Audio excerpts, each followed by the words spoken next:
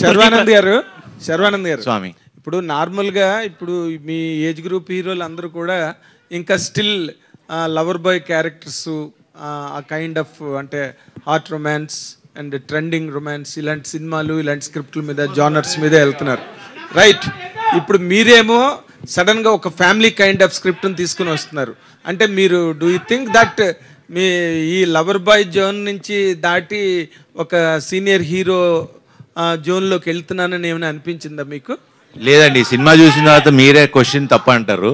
ఎందుకంటే నేను యాక్చువల్లీ చాలా రోజుల తర్వాత మళ్ళీ రన్ రాజారాన్ని ఎలా అయితే ఒక ఫ్రెష్ వైబ్ వచ్చిందో, అరే ఇప్పుడు దాకా అంటే అంటే ఇది మా పిఆర్ఓస్ వీళ్ళందరికీ సినిమా చూపించాం, మన వాళ్ళకి, మన వంశీశేఖర్ వీళ్ళందరికీ. వాళ్ళు చెప్పిన మాట, శర్వా అన్న ఏంటి ఇంత కొత్తగా ఉన్నావు, అసలు ఇది ఇంకో యాంగిల్ మేము చూడలేదు, ఇలా మేము ఆలోచించలేదని. సో అది మీరు కూడా అంటారని అనుకుంటున్నాను.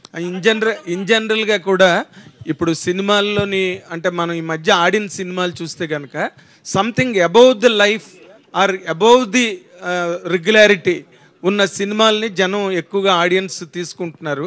ఏమాత్రం చిన్న రెగ్యులారిటీ ఉన్నా కూడా ఫ్లాట్ అయిపోతున్నాయి సినిమాలు. బట్ మీరు దీంట్లో ఈ సినిమాగా మీరు చెప్పాలంటే ఈ యూఎస్పీ ఏంటి? What really hooks to the world of audience?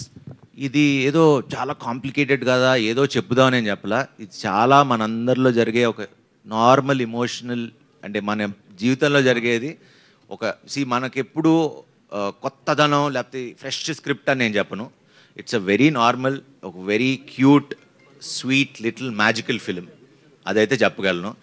So ఏంటి మీరు ఏం తీసుకెళ్తారా అంటే, అరే వచ్చాం ఒక మంచి ఫీల్తో, ఎన్ని ఏళ్ళు అయిందిరా సినిమా చూసి ఇంత మంచి సినిమా అని, ఆ ఫీల్తో వెనకైతే బయటకు వెళ్తారు. What has really best worked out between you and Krithi Shetty సినిమాలో? మీ అండ్ కృతి శెట్టి కొంతసేపు తిట్టుకుంటూనే ఉంటాం సినిమా అంతా. ఐ థింక్ అది ఎప్పుడు వర్కౌట్ అవుద్ది. ఇప్పుడు మురారి చూడండి, ఖుషి చూడండి, ఏ సినిమాలో చూడండి, హీరో హీరోయిన్ తిట్టుకుంటూ ఉంటే సినిమా బ్లాక్ బస్టర్. గుడ్.